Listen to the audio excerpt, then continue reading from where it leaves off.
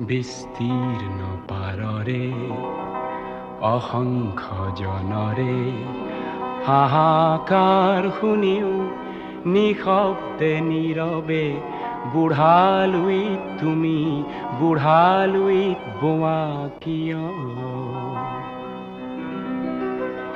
বিস্তীৰ্ণ পাৰৰে অসংখ্য জনৰে হাহাকাৰ শুনিও নিশব্দে নীৰৱে বুঢ়ালুইত তুমি বুঢ়ালুইত বোৱা কিয়